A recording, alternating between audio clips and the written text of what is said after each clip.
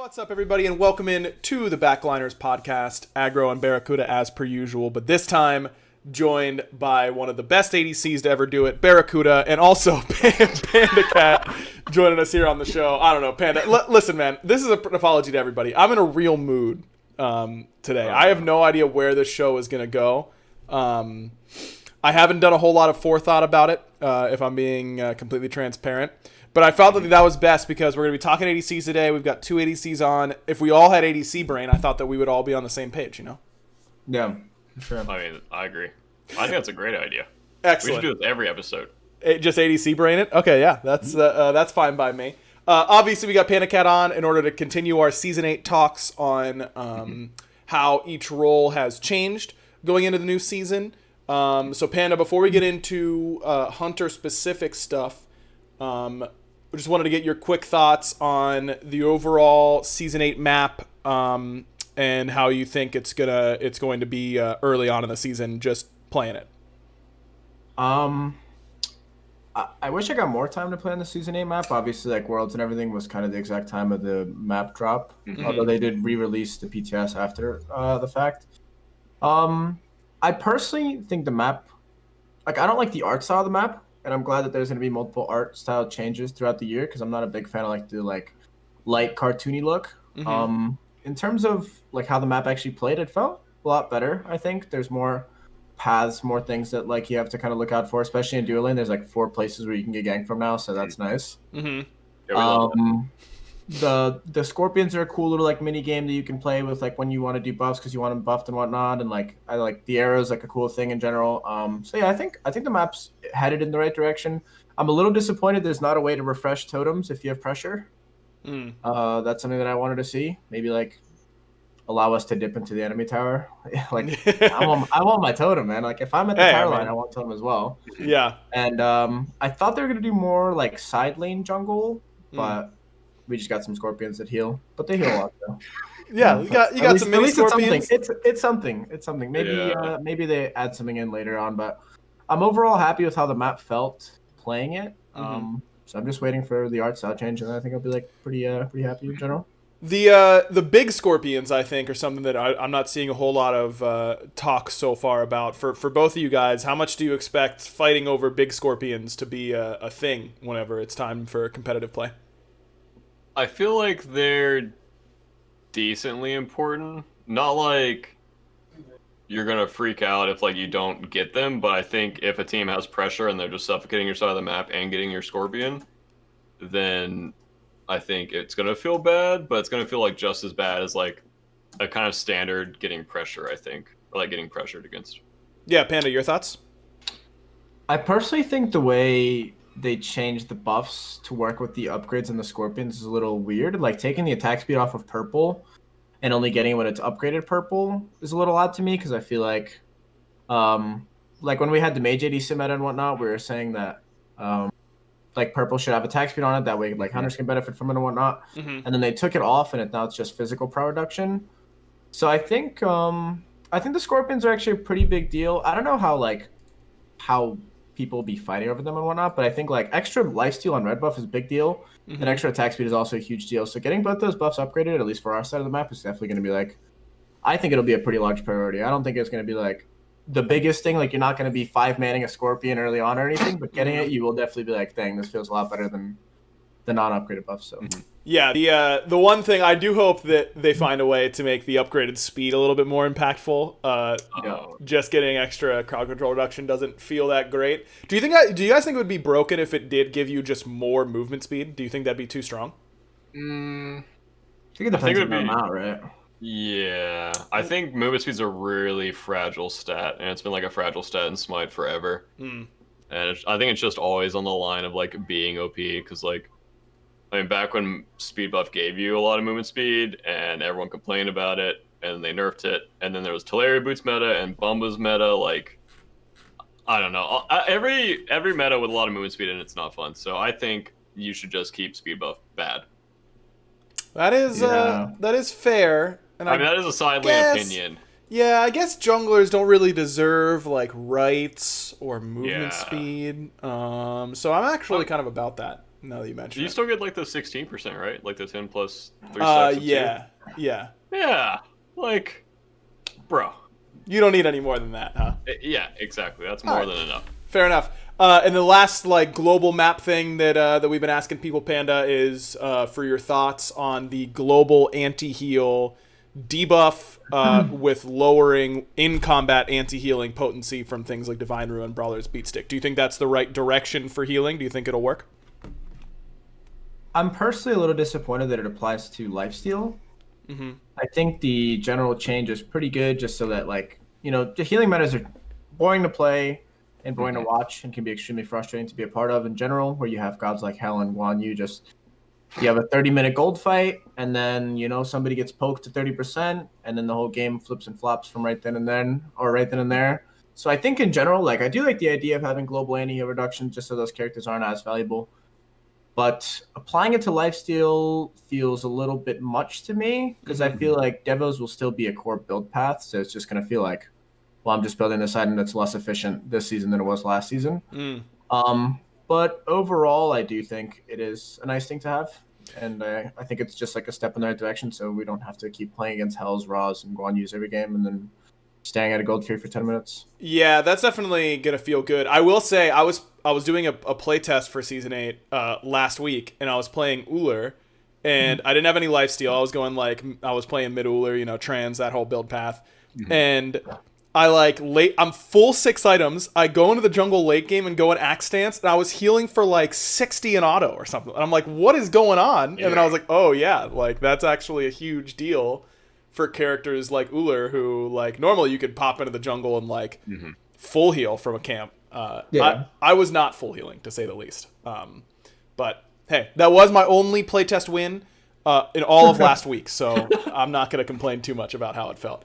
All right, let's talk starter items here, fellas, because the hunter ones, I think you guys have a lot of interesting options, but I don't know how much diversity we're going to see right off the bat. We'll start with the one that everyone was very excited to see come back, which is Death's Toll.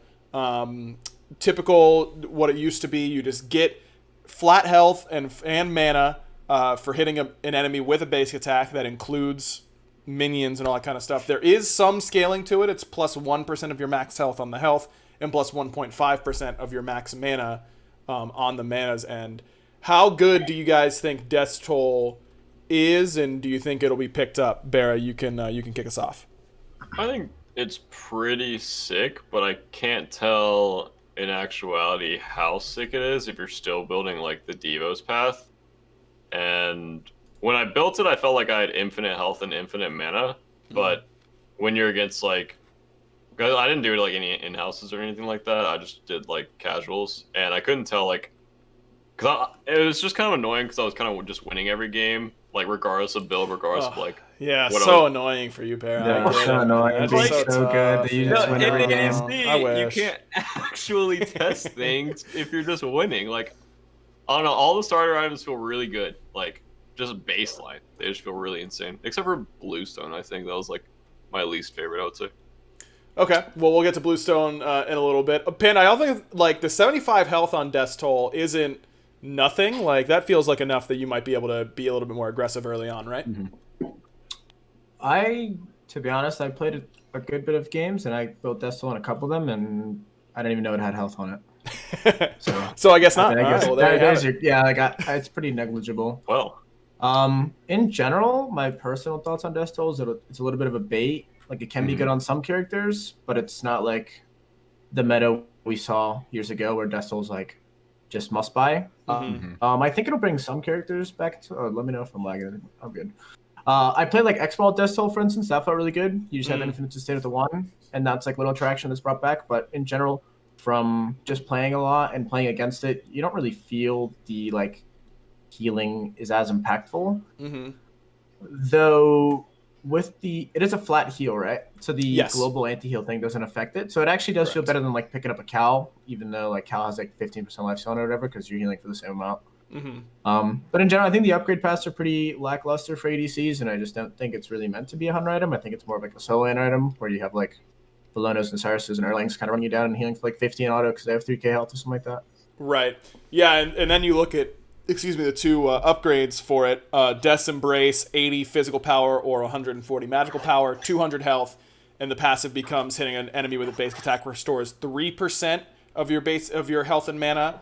That definitely does not feel like a hunter item to me. Definitely more warrior focused. Death's Temper, I assume, is the one that ADCs would be picking up if they were going Death's Toll. 50 physical power or 75 magical power, 30% attack speed, which is a lot, and 100 health. Whenever an enemy dies near you, you gain 1 stack of Temper, which provides 3.5% increased basic attack power for 10 seconds.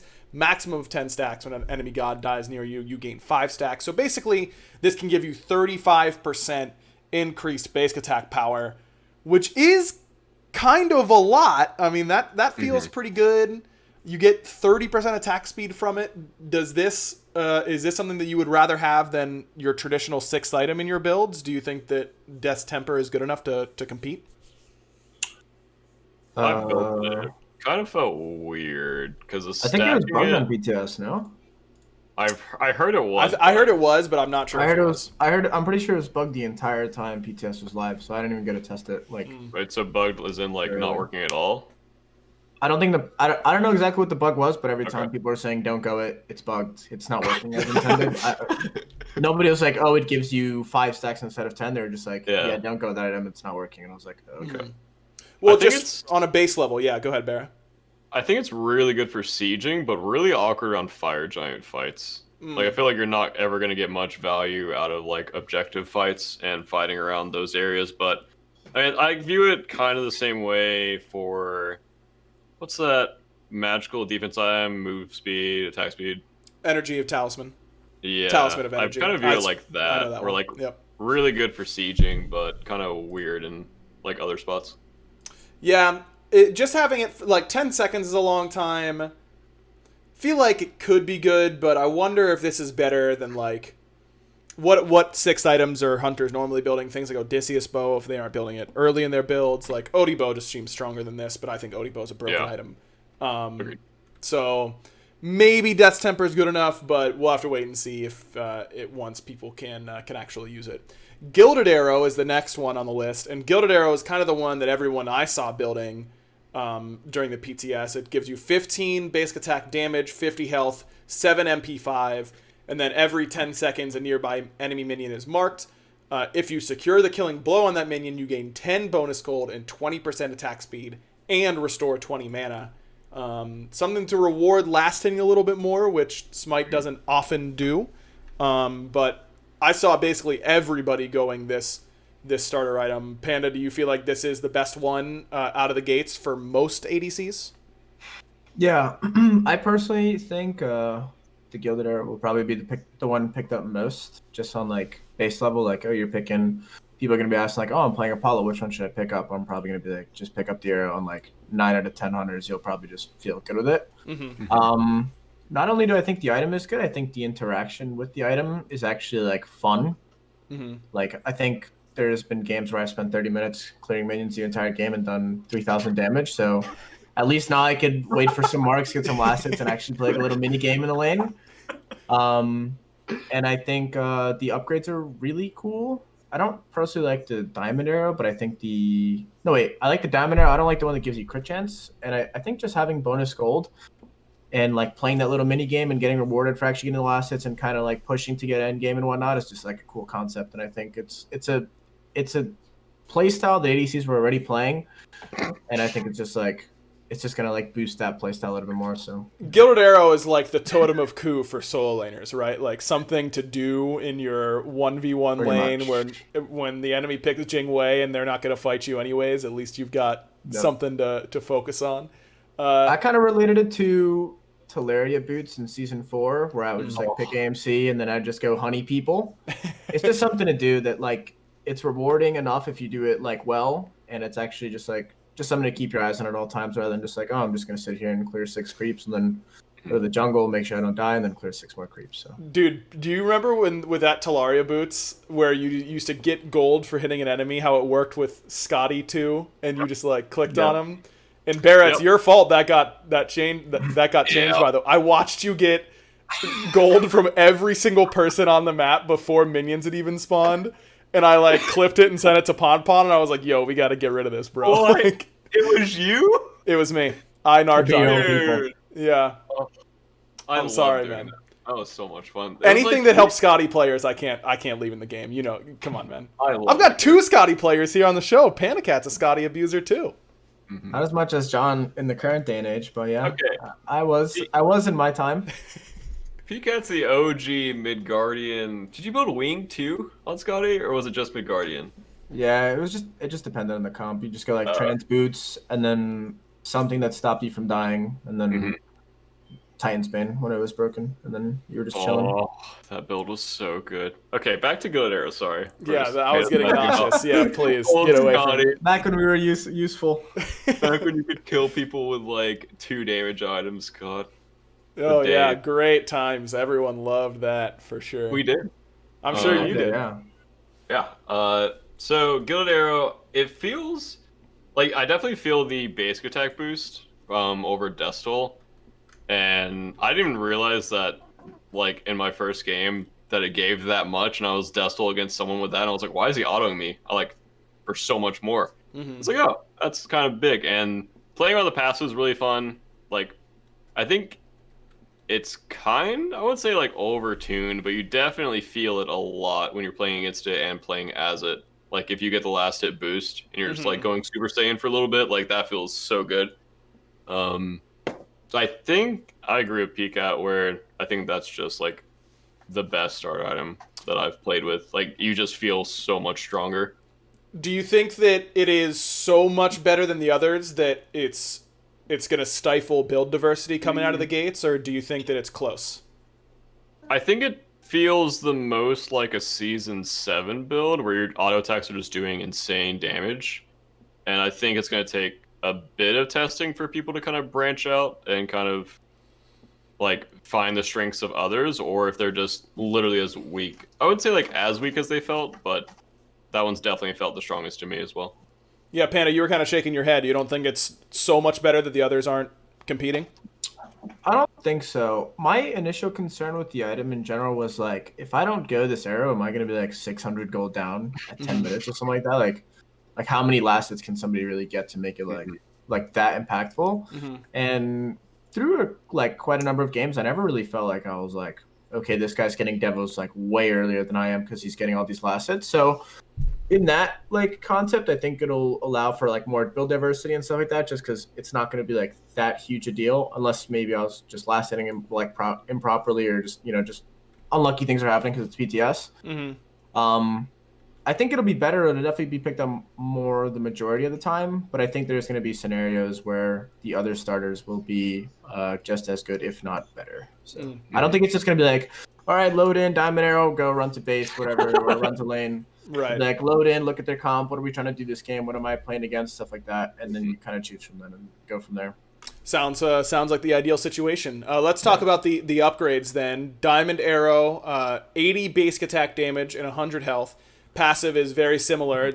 As per usual, the starter items, there's one that just kind of enhances what the starter item did in the first place, and one that's a little bit different. This one just enhances, so you gain, whenever you kill an enemy, you gain 10 gold and 20% attack speed for 8 seconds. This stacks up to 3 times. They don't have to be marked. There's no cooldown on this. You get 10 extra gold per minion that you kill. Does that matter? Because you have to be level 20 in order to be buying this item. Could you see a world where you're prioritizing going Diamond Arrow and in a special, like in a game where you're really trying to get to a 3K pot and selling your boots as well? I mean, does that part of it matter? Because I've heard a lot of people talking about that. Honestly, I'm not sure. I feel like I'd buy that if I was like split pushing, but if I'm just like going to a fire giant standing there, then probably not. Yeah. Panda, what do you think? I personally think the meta is going to be shaped more around like everyone slow down, everyone farm, everyone upgrade their starters and whatnot. And I think getting that Diamond Arrow before, like, I mean, I don't know how the experience is going to go, but there have been times this season where I've been level 20 when their supports were level 12. Right. And if you can get that arrow online and kind of hyper farm and get your 500 pot, your 3K pot, and then enough gold to get your 6th item with your boots done, like that can be sped up pretty exponentially with the arrow. And I think it will matter for sure, because there's a lot of times where you're like, oh, I'm like this close to getting some items, right? And if you consider all the gold you're getting as soon as you upgrade that arrow, it'll just kind of push those items into your build a little bit quicker. Yeah. But granted, like John said, if you're just going to be staring at a fire giant fight, obviously having a passive that stacks off of minions / god kills isn't going to be as effective as something that's immediate, right? So, yeah, but if you kill, like, if one of their frontliners ints and you get 60% attack speed, like, instantly, that is a huge buff. Oh, you get that? Yeah, you get, if you kill a god, you get all 3 stacks of the attack speed and 30 gold. Yeah.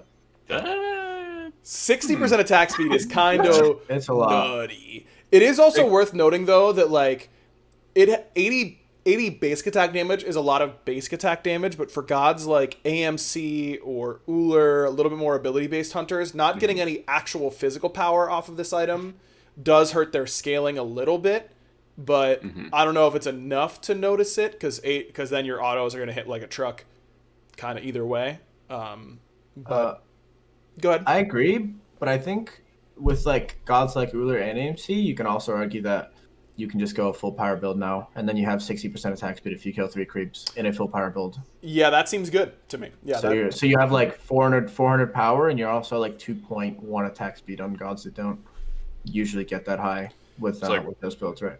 Like I think I did an Uller build, and I did like the whole trans mace like shebang, and I got to, I think it was over 2 point something attack speed with full power. So I'm autoing for like 465 or something like that at 2.1 attack speed. If I kill 3 creeps or 1 god. So I think, yeah, you can argue that it'll feel bad because it's not power, but it also allows you to go full power and then forget all the attack speed and then get it. If a fight breaks on, you get a pick, you're just going to feel insane. That certainly would feel really, really, really good. Though not going bluestone on Uller, like, kind of inherently feels wrong to me because, like, it makes your combo feel so good. But if you're not, Uller is like such instant pressure on the map already that you kind of don't need bluestone to provide early pressure, and then having something like Diamond Arrow come in and give you late game potential, and your kit kind of already won you early game, it kind of makes that character a little bit more well-rounded and a little bit less all-in early, which could be cool for him for sure.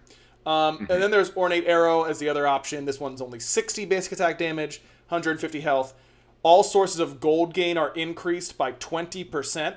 For every 100 gold you have, gain 1% attack speed and 0.8% critical strike chance, up to a maximum of 25 stacks. That probably is going to end up being like 20% critical strike chance, though I'm not a math guy. That's just what I assume that number means. This kind of like gives you Fafnir passive in the late game, which means that your 3k pots both feel really good and really bad whenever you lose all these stats. But with a 20% increase on all gold gain, maybe it doesn't feel so bad.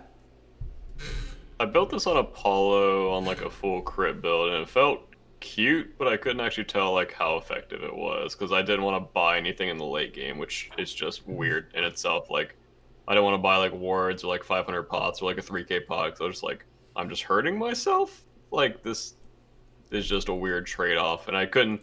Like, I'm not a math guy, so like I'm obviously not gonna know like if the 500 pots worth or like buying wards, obviously like that's not worth. Dude, you need Quintosh in your ear telling you that you can go, you can buy a ward if it leaves you with 1,300 gold, but as soon as you get below that, it's horrible. It's not worth it. That's what you need. Yeah, I don't know the efficiencies on the item either, so it'll just be like a play it and figure it out kind of deal, I think, unless somebody goes to like Reddit and is like, oh, as soon as you break 1,200 gold, you should stop. It's like, okay, I got it.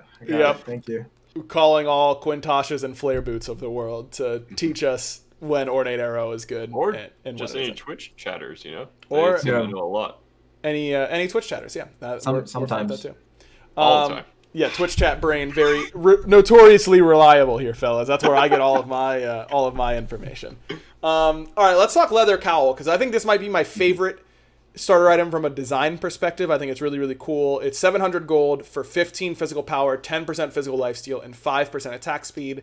While you are near an allied god, you gain 10% attack speed. While you are alone, you gain 5% movement speed. How has this one felt for you guys? Because it gives more physical power, I think, than Death's Toll, and has a lifesteal on it.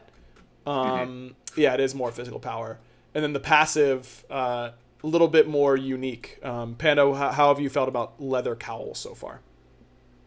I agree with the whole design perspective being really cool. That whole like when you're alone it does something, and when you're with people it does something else concept. And I think it's a very just like strange item in terms of like we've never had anything like it, right? You don't have like movement speed when you're next to people, or when you're alone and then attacks when you're next to people.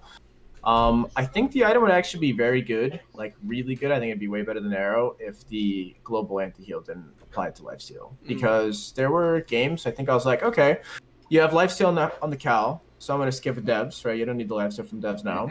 And then I ended up getting boots, and I think dominance was like my first item rush, or like berserkers, and I was lifestealing for 12.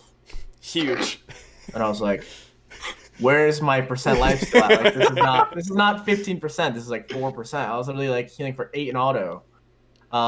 Pretty good. So I think, I mean, maybe you can just go devs and then double up on the lifesteal and it'll feel fine. I personally was like approaching it a different way. I was approaching it out of a matter of like, I'm going to go Cowl if I want a different first item than Devos. For instance, Berserker Shield. If they're like heavy dive, I can go Berserker's Rush, and then I'll have some lifesteal from the Cowl. I never tried doubling down on lifesteal and seeing how much you healed for. But through my experience, I think it's going to be a very unique item where you can build it in like scenarios where like I said, if you're like, oh, they have Fenrir, Susano, Neathult, and something else. I'm like, I really need some early physical D so I don't die too much. So I'm going to go Cowl. I'm going to go Berserkers first. The lifesteal will help me out, and then it'll feel pretty good. So I think it's a good item, though. I think it's good. I think the upgrade's really cool as well. So. Yeah, Barra, what? How have you felt about the Cowl so far? I was really bad in lane with it because it didn't have mana sustain, and I like burned through my mana like I had Hunter's Blessing, and I was just like, oh, like I casted like 4 buttons and I'm oom now. Okay. Yeah. Okay, can I just say, Hunter's Blessing was a crutch. All right, it had too much MP5. It had too much. It did. All the ADCs got all of a sudden this idea that we could just spam our buttons. I hear soul laners complaining all the time about not having blue buff playing like Zhong Kui, and I'm over here like I'm playing Zhong Kui in mid with no blue buff all the time. Hunters complaining that they don't have enough mana all of a sudden. I'm not coming at your guys' throats. I know that you are the finest ADC brains that we have in the Smite Pro League, but I agree. Still ADC brain to some degree. I like that there's a good viable item that will make you have to worry about your mana consumption. Why did Hunters have so much mana sustain, you know? Yeah, I do think infinite mana is whack for sure. Yeah, I agree. And Hunter's Cowl is fixing that for us. But Barra, besides being out of mana because you don't know how to manage your mana pool at all, how did it feel? Didn't have MP5 on it, dude. Like everything has just like given. So you're telling me that you can only pick up Hunter's Cowl if you know your soul laner is going to be getting coup for you all the time. All right, well it's on the soul laner. You could just guilt them every time too. Like if they're not getting it. You just be like, oh, dang, I don't have enough mana. Maybe we could have killed him here, but... Right, like, man, if like, Hunter's Cowl would have been so like, good here, but I'm just... some global mana. I was just really counting on coup all the time, like... I don't know. It's fine. I guess in that matchup, you just don't get coup. I guess that's what it is, you know? Like, yeah. I guess we just don't get coup. Right. You gotta say we, so it's not toxic. Right. Yeah. We just don't prioritize coup like other teams do, you know? Can you remind me which one of this wasn't Hunter's Cowl more expensive or something like that? Because I remember some starters I was leaving and I had like 1 health pot. And then some starters I was leaving I had 3 health pots, and I was like, wait a second, something's like. So right on the initial Season 8 patch notes, this is not the updated version, I don't think. Destoll, Gilded Arrow, and Leather Cowl are all 700. They were okay. Yeah, so they all are the same right now. That may have changed during PTS. But I want to say I ran into the same thing mPandaCat did, but again, ADC brain. Impossible to say. Yeah, rough. I'm positive there was times I was leaving base with like 1 pot, and I was like, this is not gonna feel good if I like get poked or something. Right. It's gonna be dead. Is it? I didn't get a chance to play with Leather Cowl at all because I avoid ADC like the plague. Is it jarring whenever your support like leaves the middle of you clearing a wave and all of a sudden you're down 10% attack speed, or does it not feel that bad? Not really. It didn't feel like too bad. The movement speed felt really nice, honestly. Like running around the map. But That would be funny if you were like running away from someone and you were about to live, and then your support like blinks in range and you lose the movement speed, and then you die because of it. I know that's gonna happen to somebody, and I'm excited about that. That's gonna be funny for me. All right, time for Hunter's Cowl, because it is the upgraded version of the leather cowl. 60 physical power, 15% lifesteal, 20% attack speed. While you are near an allied god, you gain a 25% attack speed aura, so it's not just for you. And if you are alone, you gain 10% movement speed. This feels like one, if you're going to be running the old double hunter or one magical ADC, one physical ADC, Fafnir composition, getting another built-in 25% attack speed aura is going to feel really good, I think. You add that into something like a Shogun's, like, double hunter compositions are going to look really good if one of your hunters have Hunter's Cowl, is my first impression. Panda, how did it feel when you were building it? That upgrade feels massive for sure. Like getting that upgraded from your little like baby cowl, you're like, oh snap, I'm doing work now. Especially because it's a lot of power and the movement speed. Like when you're leaving base and you're zooming, because you have the pyro buff at all times now, right? Mm-hmm. From the base to the pillar, and then you leave your little door, you exit the door, and you're still moving like super fast. It feels great. I didn't actually get any chances to play with like a double hunter comp or like that, or I never played with like somebody who else had it. Like somebody had it and I didn't have it, and I was like, whoa, this feels really good. I'm assuming it's just gonna feel great there, because I don't know how many times I've built something last season. I was like, yo, Mike, can you throw Shoguns in your build maybe? And he's like, oh no, I have all these items. I'm like, okay, it feel pretty good. So now we'll have our own variant of Shoguns that you can actually go, and it'll feel just a good play game most likely. Yeah, I mean, when you're grouped, you have 45% attack speed from this item, which is a preposterously high number, it feels like. But it does make things like soloing gold feel a little worse, because you just lose 25% attack speed if you're kind of splitting off. But I don't think it's going to be enough to make me not want to pick up Hunter's Cowl, BaRRa. Mm-hmm. I haven't built that item, but I mean, on paper, I think it sounds really good and will be good for competitive play. Yeah, it's going to be good. How about Leader's Cowl? Because I don't know exactly who's supposed to be building this, but I think it's sweet. It's 40 physical power, 300 health, 15% physical lifesteal. For each nearby friendly god, you gain a stack of Outnumber. For each nearby enemy god, you lose a stack of Outnumber, and each stack of Outnumber provides 3% increased power to all nearby allied gods. Do you think you could, like, is there a situation that you think you'd be building Leader's Cowl instead of Hunter's Cowl, or is this more for someone not you? Maybe in like a grouped fight where you're just not diving and I don't know. It sounds really awkward to build. Yeah, I just don't know who this is for. Because if you're 5-on-5, this doesn't give you any stacks of Outnumber, right?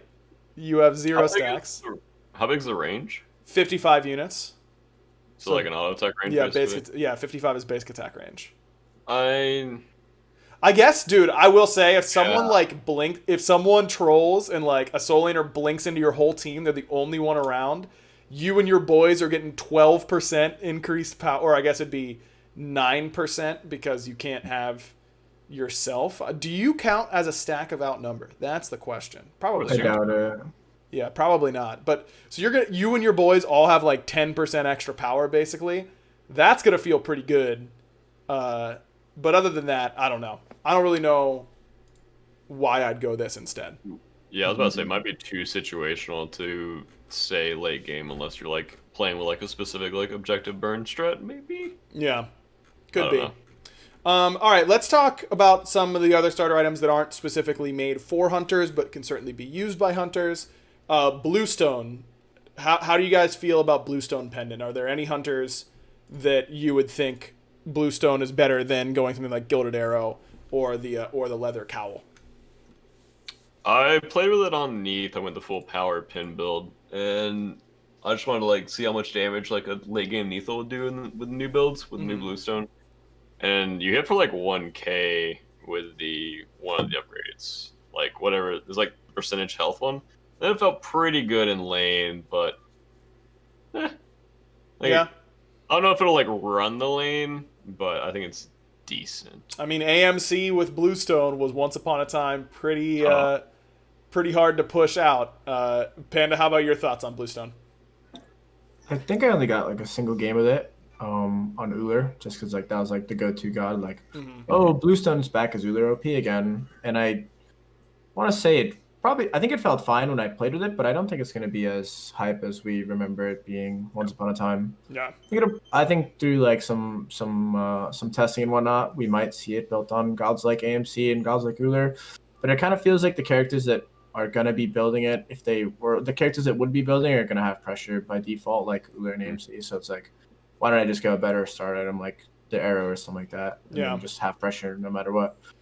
It might be worth. I don't know. Maybe people will buy it and then sell it instead of upgrading it. They'll just sell it. Like, oh, it's done its job. Let's get rid of it now. Let's just go like another item, Heartseeker or something for instance. So. Yeah, I think that could work. And then there's the 2 upgrades for Bluestone. The one that BaRRa was talking about, where you just deal 25 plus 7.5% of their current health over 2 seconds, max 2 stacks as per usual. Then there's the one that I think that is more geared towards ADCs, which is Corrupted Bluestone, which is then a red stone in the icon. So that one always throws me for a loop. But enemies hit by your damaging abilities take an additional 75 damage over 5 seconds, and reduced enemy attack speed by 10%, max 2 stacks. For every enemy afflicted, you gain 15% attack speed up to a maximum of 5 enemies. So you could be hitting a fatty Medusa ult and getting a lot of attack speed from something like this, or AMC Honey spreading through the team fight would give you an insane amount of attack speed. But is that good enough? Like, what do you think that just on paper, this item, do you think it could compete with some of the other ones we've talked about? I haven't built it, but it sounds fun to test out late game. Not sure about actual viability, but I mean, if PCAT is autoing for 400 late game and you can build like a build that's full power pin plus get a lot of attack speed, that would probably feel pretty good. Same with like the full power pin, then you throw like an oboe in there. People were doing that like last year and year before. So I think any build like that's always scary for like the pressure, like AMC Ullers. But as far as like actual viability, not sure, but I think it'd be fun. Yeah, I personally didn't get to test that variant out at all. Like I said, I only played like one game, and I think the game ended before I hit 20, or maybe I just went the wrong one without reading it. I think it'll be interesting. What's wrong with my camera here? No, you're good. There you go. There it is. I think it'll be interesting because we brought it up before. In games where it's stalemated, it's obviously going to be too hard to tell from level 1. Like, you're not building a starter because we're going to be like, oh, at 30 minutes, we're going to do the fire giant dance, right? But if there was some way to kind of predict that, maybe if you just like look at team comps and you were to assume games would kind of go that way, it sounds better than having like a Diamond Arrow or a Death where you need kills / minion kills to actually be effective, right? For instance, if you're AMC and you're just dropping honey and gaining 45% attack speed just by default because people are walking at you, it's better than like, oh, well, I would be more useful in a lane than here. So maybe it'll be useful then. That does sound pretty good though on paper, just getting all that attack speed. Like I think like gods like AMC will probably be able to use it the best. Other than that, you're not going to be getting like 5 steal unless people are stacking up. You're not going to be really getting 5 stacks of it, right, on any character realistically. Right. Or any ADC realistically. Like you're not going to get a 3-man Uller 3 and then a 2-man Uller 1 or something like that. Hey, I mean, it's possible, but that time you're probably just winning the fight anyways if you're hitting all 5 people with Uller. Yeah, I would hope. I would certainly hope so. Your team's dropping the ball if you aren't. The other one I saw a lot of, Mannequin Scepter. This is 750 gold, 10 basic attack damage, 15 physical protection, and 3 flat damage reduction. Enemies hit by your basic attacks are burned, taking 20 physical damage over 2 seconds, and have their attack speed reduced by 7%. Jungle monsters take 2.5 times the amount of damage. This can let you invade pretty well. It's kind of thought of as the most aggressive option that you can go for right now in any of the lanes. Have you guys tested any Mannequin Scepter in the duo lane, Panda? I did. I tested it on... Okay, you're good. I tested it on Izzy because people are like, go Izanami, her auto attacks are going to burn, she's going to be more useful. And then I was autoing people and my Mannequin Scepter is proccing for 4. Yeah. And I'm like, yeah, this feels crazy. I'm autoing for 56 instead of 52. Yeah. It did feel good when you walk into the jungle, especially if you're like a low clearing character who doesn't have abilities like Rama or somebody like that who just has autos to rely on. Proccing the camps for like an extra 40 or whatever per second is obviously really nice. in general, it just seems more of like a solo lane boxing item to me than like an ADC boxing item. Just because like flat damage reduction is obviously really nice for solo laners, and just that minus attack speed for the person who's not going to Mannequin, you're obviously going to feel it pretty hard if you're boxing into it. But I just don't know if you're going to get much value out of the passive in duo, especially because nobody fights anyway. So everyone's running all the time. BaRRa, you said whenever I asked Panda and you started talking inexplicably, it sounded like you said that you did not get a chance to test this at all. I don't remember talking during that question. Oh, well, it happened. You can watch the VOD back. It's fine. That's weird. No, I've not played with it, and I've barely played against it, so I have like barely any experience with it. Fair enough. The one upgrade that I think that hunters would go if they are going Mannequin is the Mannequin Mace, which is 50 basic attack damage, 100 health, 30 physical prot, and 8 flat damage reduction. Enemies hit by your basic attacks are burned, taking 60 physical damage over 2 seconds, and have their attack speed slowed by 10%. This can stack up to 4 times. Jungle monsters and bosses take quadruple damage. This might be like actually kind of nuts for burning objectives, I feel like. I mean, taking 60 times 4 damage and just slamming on a fire giant, like, I feel like that could be kind of good. That is a lot of damage. Yeah. I'm not going to lie, I think myself and probably many other people misread the description. For some reason, I kind of thought I was just going to be doing quadruple damage to objectives. No. Like, not the Mannequin proc. I thought instead of hitting for 200, I'd be autoing things for 800. Do you think that would be good if it did that? Do you think I was like, people would buy that? There's no way this is good, right? Like, a Merc is going to run into Fire Giant Pit, auto Fire Giant for 4,000 and 2-shot it. When you say, like, you and a lot of people, is that, like, only ADC players? Or... No, I think I heard people saying, like, surely this is going to be broken. Like, for instance, Mercs. Like, I heard, I think it was, like, Ben talking. He was like, I'm going to go Merc. I'm going to go crit. Bro. I'm going to build Mannequin Scepter. And then I'm going to auto Fire Giant for 4K. And I was like, dude, that is broken. For sure, don't. Like, hopefully that's not how that works. Throwing your teammate under the bus, man. I'm sure there's some other people who read that and they're like, quadruple damage. Like, okay, I'm going to be smacking this thing. Yep. I mean, you will be smacking even with only quadruple damage from the Mannequin proc. I mean, that's still like it's a still solid... good damage, like an extra auto, right? Every single time. Auto. Yeah, absolutely. It seems good. But does that seem like you don't get attack speed from it? Maybe on hunters that don't need the attack speed as much, someone like a Rom who has a pretty strong attack speed steroid already, maybe you could use this and be a little bit more objective-minded? Mm-hmm. It's possible. I would say this is like the third objective-oriented one we talked about. Yeah. So maybe there's a objective meta coming. We'll see. Yep.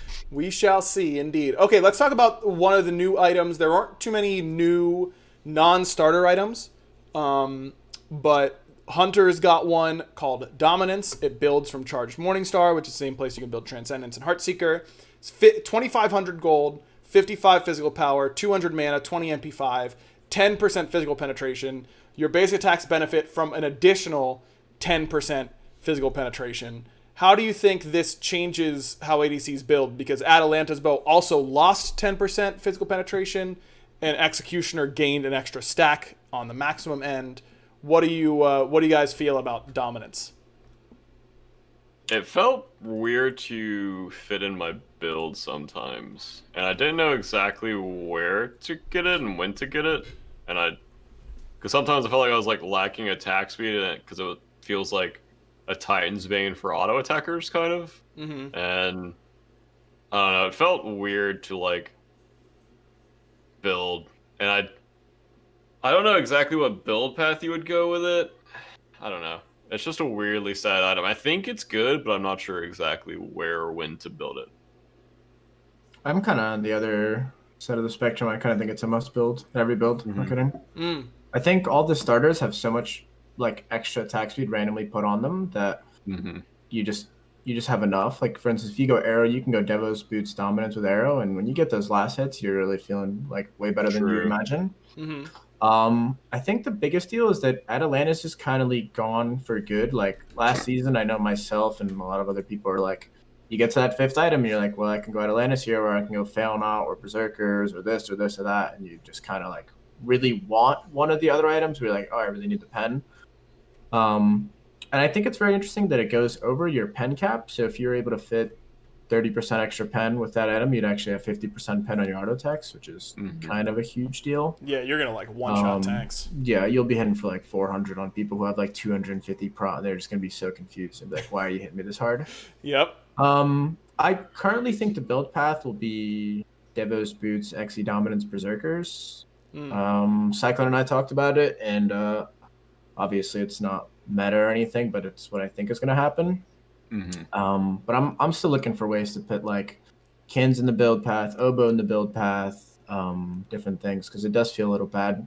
Oboe I think is like the strongest ADC item in the game, and I can't even put it in a five slot build path right now just because there's so many items that I feel like are core with the starters being the way they are. So all in all, I think dominance will probably be built every single game once people figure out like item spikes and whatnot and build path spikes and things like that. You really think Xe is that important to fit it in third, just gaining that extra stack? I mean, obviously it gives you another 7% penetration for your team. Well, I guess is it armor reduction still, or does it count as? I think it's armor reduction. It's shred, yeah. Yeah. It really didn't get built at all except for Sino in the jungle on like Osiris and Erlong Shen and that kind of stuff. You think the one stack goes from we don't see it from ADCs really at all to a must buy? I just think it's so cheap. Like the power spikes are insane. From How like much is it? 2,200. Oh, it stayed the same. Yeah. Okay. It does feel a little whack when you just need auto a lot to get it like online. But I feel like you'll probably be autoing people for 4 or more autos like majority of the time in team fights, unless you go in crit. But yeah, I think it's just such a cheap and effective item, and that extra stack does kind of boost it up from like when am I gonna build it to like okay, maybe I should just build it, especially because Atalantis isn't like really gonna be built anymore. So that third item slot really frees up. Yeah, Atalanta's goes down to 2,200 as well, so also pretty cheap. But only having 10% pen does feel like a pretty big deal to me. I'm kind of more in Panda's camp that I feel like dominance is more likely to be built often than not often. But I also kind of agree with what you were saying, Bear, that it's hard to find the right point. And especially like if you're going crit build these days, where do you want to be in that? I mean, Deathbringer got a buff, Rage got a buff, Wind Demon got buffed, Poison Star got a shift, losing 5% of the slow, but also going down in 200 gold. God, all ADC items are so cheap, man. Like they're all cheap and good. Yeah, what boy, a good spot to be in, huh, fellas? Yeah, I'm just like confused because every build I built felt like kind of the same, or like didn't feel like much better than the others. And like I think my biggest like holdup was a lot, or I guess like all the starter items don't have pin on them. So it's weird to like get to 6 items and be like, okay, where's my penetration coming from if I'm building like attack speed and crit? And sometimes you're just left in a weird spot. So I was like constantly trying to build dominance because I've heard a lot about it being like really strong, but it just felt awkward, I guess. Yeah. Like fitting it in sometimes. Yeah, I think a lot of different roles are going to have. I think that this is the first time we've had a new map in a long time now, and so I think people kind of forget how hard it is to find what your roles, power spikes are supposed to be, and how it's going to really work out on a new map, especially a new map that has this much farm on it. Yep. Do you guys feel like ADCs going into Season 8 are going to be stronger than Season 7, weaker, about the same? How do you feel about the general strength of the class going into Season 8? I would say it depends on the pressure ADCs and the pressure supports that you can run, or like Pika was saying earlier, if it's just one of the farming metas where you're just kind of over there trying to hit level 20, trying to get your spike, so then you can come over and do objectives. And it depends on how much pressure matters, which literally just going through this many years of Smite, like the pressure just like goes up, you go to like max pressure, and then it's like, okay, what can we get away with against the max pressure, and then it just goes back down, then it comes back up. So I think we'll be going through that this year, people playing like, I would say like Ymir, Ullr in duo lane, trying to like slam jam and just run at your buffs the whole time, and seeing how much action you can actually have over there safely. Yeah, I think it just depends on how effective pressure is through the dueling. Panda, your thoughts? I agree with pretty much everything John said. I do think it's a little interesting that they put the Invader's Curse on purple buff now. So, like for instance, Baron and Jake run at purple buff a lot. So those pressure picks are gonna be from experience. Yeah, you guys run at that buff a good bit. I just have Jake Ymir with 17 health pots at that first purple, and you're like, well, what do we do? But that being there will kind of solidify you going straight to lane and whatnot. And I don't really know how like the level 2 power specs are right now. I've hit level 2 I think almost every time if you did like the red to purple to wave start. So yeah, I think pressure is just gonna be a thing. Like pressure is just always good, right? Yep. It always comes back to it. It always is just like, why don't we just go more pressure than they go? Yep. Just put them in their tower line and just like steal stuff. But no, I don't really know how strong we'll be throughout the early game. I think losing Hunter's Blessing is actually a big deal. I think it was like one of the biggest items that even made ADCs like really strong from those like 1 through 10. But I feel like around that third item slot, you'll be feeling like pretty good, especially if you're ahead. I just feel like you're just gonna be smacking. If you go like dominance or something third, you're just gonna be in for like a million. You're gonna be healing for a lot. You're gonna feel pretty unstoppable. I'm more interested. There should be a patch, right, that'll actually have buffs and nerfs to like gods before it goes live, right?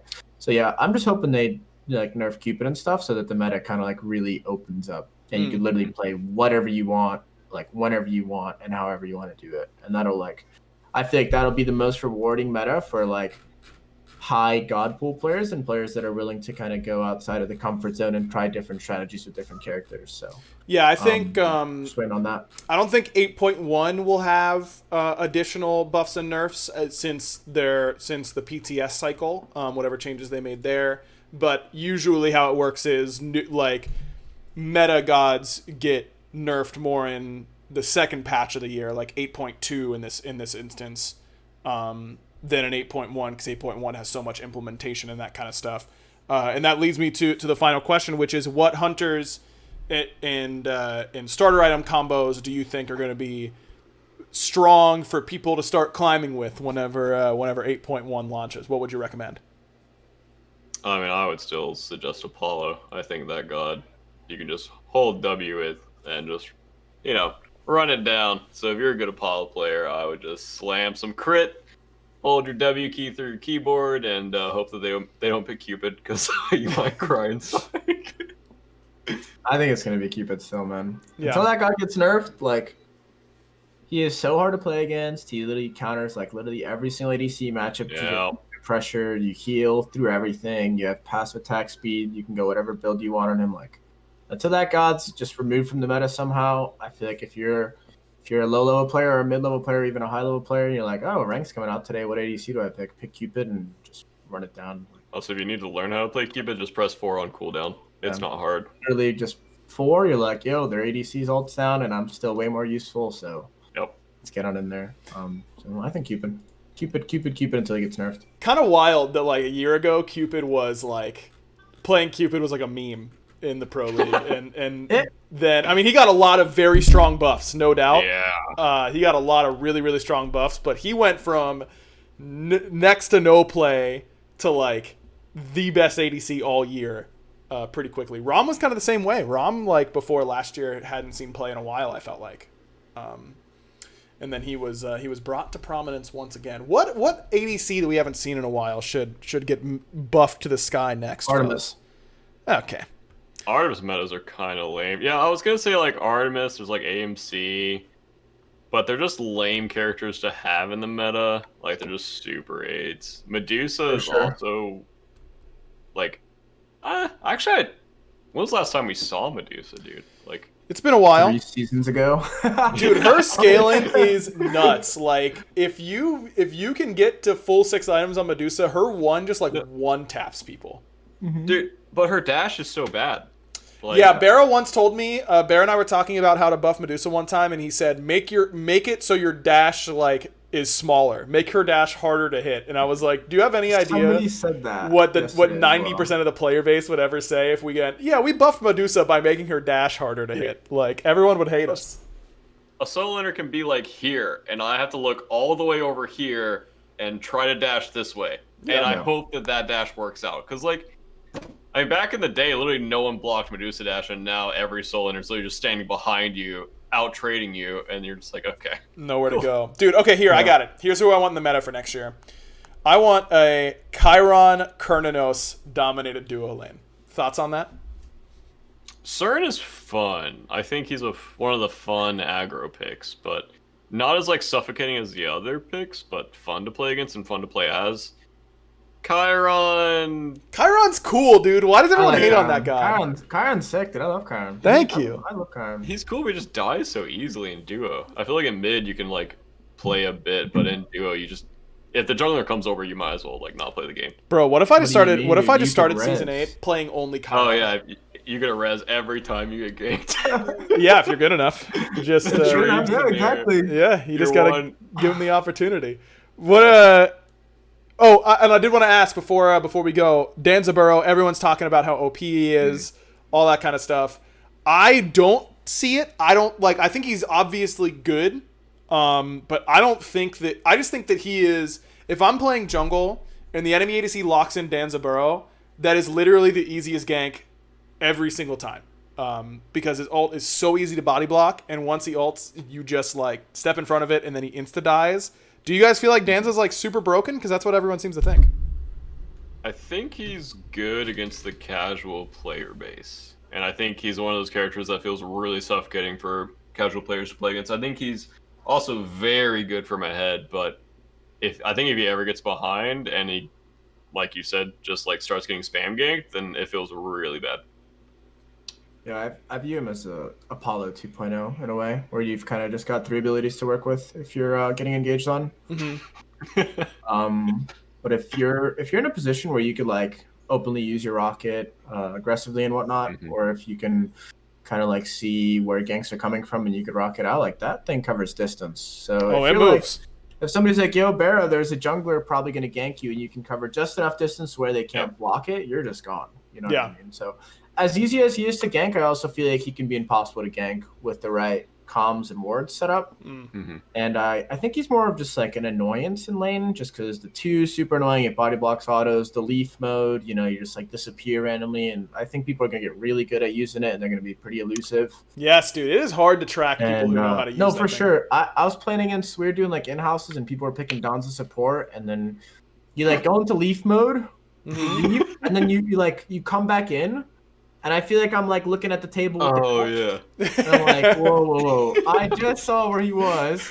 And then there's like one leaf that floats away. You're like, this has got to be him, right? And you chase it and you auto it and you're like, oh, yeah, awesome. He's gone. But I don't think he's OP or anything. I think he's going to be pretty good. I'm interested to see like how he plays in comp, because I haven't played against like a pro ADC on Donza yet. I played against one, but it was against like Vote on PTS, and I was just like, what does this god even do? Because I didn't play it at all. Vote in non-SPL games versus Vote in SPL games is a completely different animal.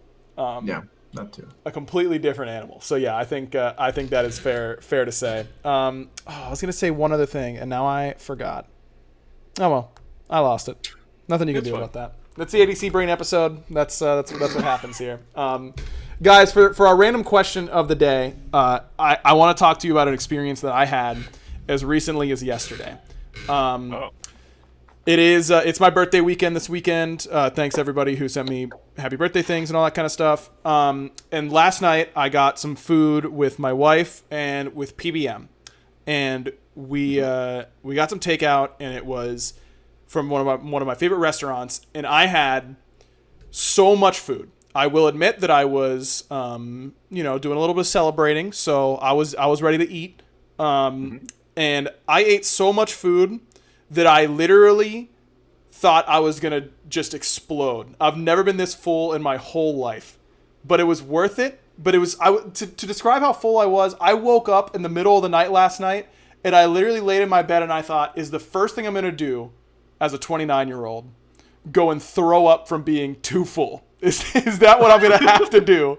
Is my first thing. Have you guys ever had that experience? Remember the most for context, I had I split some wings with Mike, and then I got it was fried chicken is what it's called, but 2 gigantic fried chicken breasts with mashed potatoes and green beans. I had a couple beers alongside it, and then we immediately went and got ice cream right afterwards. And I knew the ice cream was a mistake, fellas, but I was not going to be saying no to that ice cream. And I slammed a big thing of ice cream as well. And I thought that might be the end of me. I had no idea what to do at that point. Have you guys ever been in that situation that I was? I mean, I guess I feel like it happens more often when you drink too much. Not even like alcohol, like where you like drink too much water. Yeah. And then you'll kind of fill up like that, and you're like, whoa, like. Let's say I was hydrated. Yeah, I was hydrated. That's the word I'll use to describe myself. In terms of like overeating, there's definitely been times where you're like, oh, I'm so hungry. You eat all your food and you're like, okay, that was a mistake.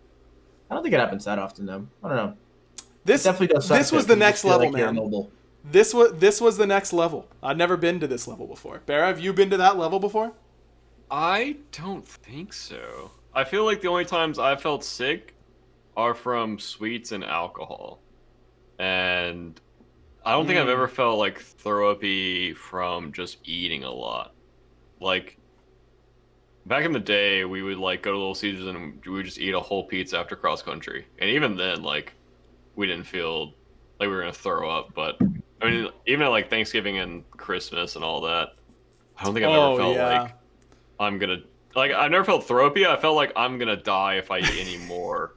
But not like, okay, I gotta be right back. Like, yeah, I was gonna like wake up and get like brunch today with my wife, and I woke up and I was like, I can't eat, dude. I can't do it. Oh. It wasn't until like 3 p.m. that I was able to think about food without wanting to die on the inside. Thanksgiving's a good shout. Thanksgiving, I've definitely felt almost as full. But you gotta watch out for that. Barry? Luggage and chat. I felt that way after eating a ton of meat. Oh, yeah, the meat sweats are a thing, baby. Bro, God. I took Destiny out for a birthday dinner and went to a barbecue place for lunch, and I had a giant, like, you know, those massive barbecue platters. Yep. And then for dinner, we went to a Brazilian steakhouse where you have, like, a green and a red card, and green means you get meat, and red means no more meat. Uh-huh. And, I ate a lot of meat, my guy. And I was like, I literally had to go to the car and lay down because I thought I was going to throw up and just die. Yep. And that, yeah. Dude, okay, so whenever the world opens back up, BaRRa, there is a Korean barbecue place. I know you and I have had Korean barbecue before, but there is the next level of Korean barbecue that we were going to before the pandemic. And I have never walked away from that place without having the meat sweats. And I hope I never do. It's unreal. BaRRa or Panda, you're welcome to come along as well. Of course, we're gonna slam some Korean barbecue. Dude, that's the kind of stuff I miss, man. That's the kind of stuff I miss. For sure. You know, just being able to go out. For sure. All right, I'm in my feelings here at the end of the podcast. That's just the way it goes, I suppose. Panda, thanks so much for coming on, man. Appreciate it. Make sure you guys are checking out Panda's stream whenever Season 8 goes live, especially because that's the man who's going to be hitting the late night queues. BaRRa's going to be hitting the early morning queues, and I'm going to be in the baby queues, and that's how it's going to be. Make sure you're giving us a rating on Spotify and all that kind of stuff. Checking out the other Prediction Esports shows. They all have a bunch of great stuff. And we'll see you next time here on the Backliners. BaRRa, don't choke this time. Bro. BaRRa! Why would you say that? You just weren't supposed to that's like, I could have said anything to you in that moment, man. You were supposed to be so locked in that you were just going to hit it. I know. Well, that you clearly weren't. All right. Give us a rating, and we'll see you next time here on the Backliners. Bye. Nice, man. Really great work. Thank you. That was actually a good one.